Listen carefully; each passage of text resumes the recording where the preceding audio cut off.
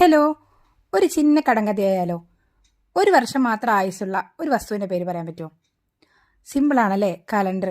Correct ഒരു വർഷം മാത്രമേ നമുക്ക് ഉപയോഗിക്കാൻ പറ്റുള്ളൂ. പിന്നെ ഇതാ ഇതുപോലെ ചീന്തി എടുത്ത് നമ്മൾ എവിടെയെങ്കിലുമൊക്കെ മൂലക്കിടും, അതല്ലെങ്കിൽ ബുക്കൊക്കെ പൊതിയാനെടുക്കും.